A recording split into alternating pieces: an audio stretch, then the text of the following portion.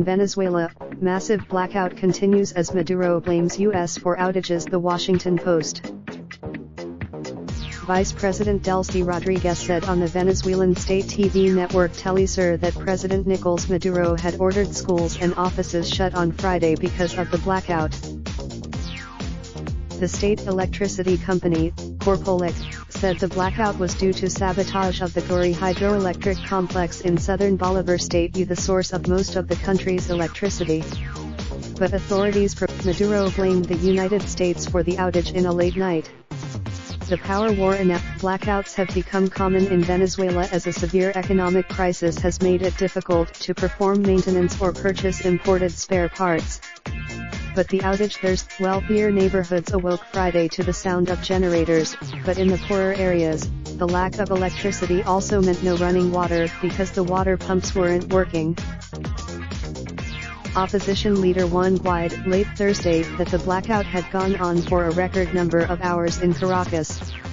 This power outage, Guaidó maintains that Maduro has usurped power by winning a second term in an election marred by widespread irregularities. Venezuela is especially tense at the moment, as a U.S.-backed opposition movement seeks to push Maduro from power.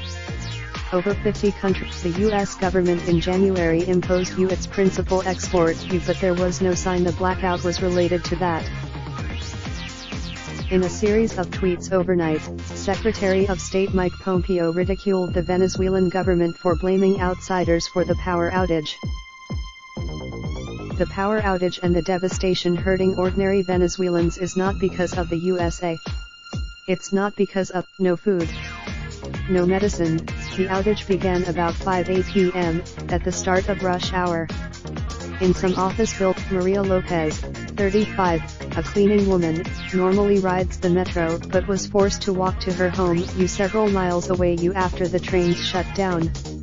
I live so far. Tomas Castro, 36, a government employee, watched throngs of people pouring down the street in a central business district. This is not going. Today there's a blackout. Tomorrow there are. Nonetheless, anger at the government was palpable.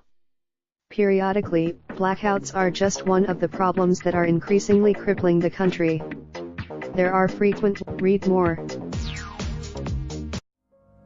Raindrop, drop top smoking, no cooking the hot pot. Fucking on your bitch, yeah, that. Looking up, open the park.